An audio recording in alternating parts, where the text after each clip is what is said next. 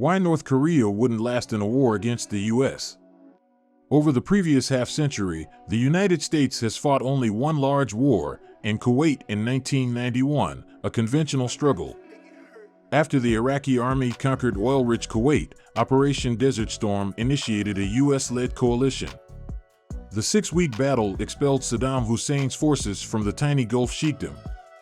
The battle killed fewer than 150 Americans. So, why would North Korea not last long in a war against the United States?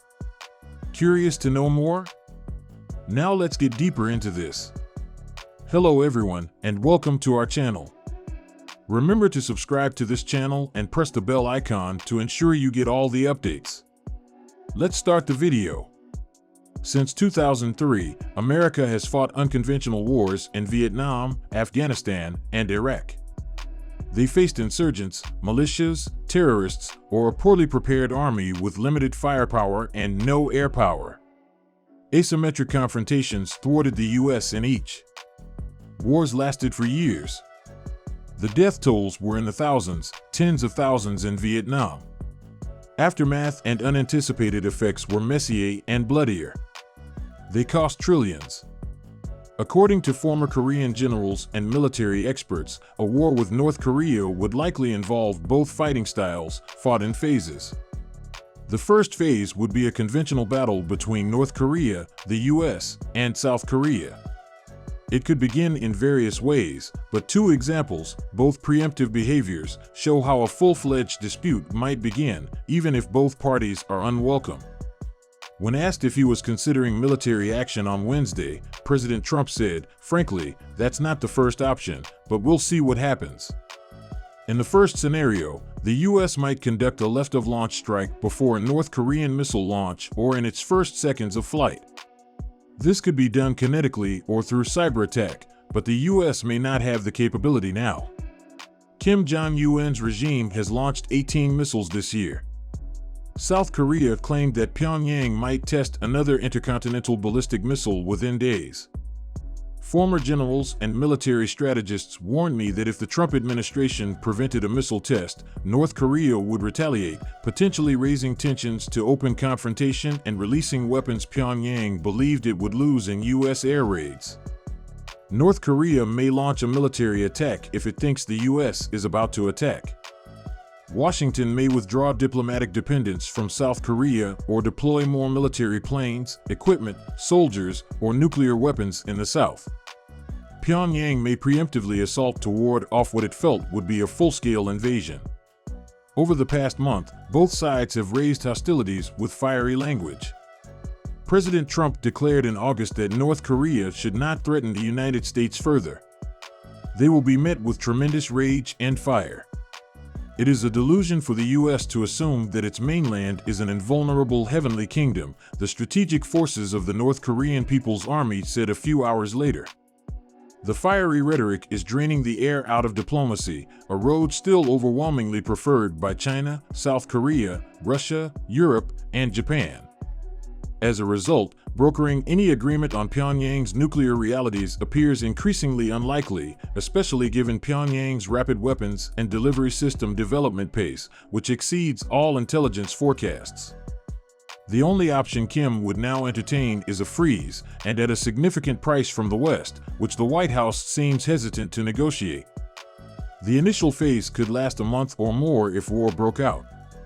According to retired General Gary E. Luck, former head of U.S. and UN forces in Korea, North Korea's conventional warfare has atrophied over time and has not been significantly modernized.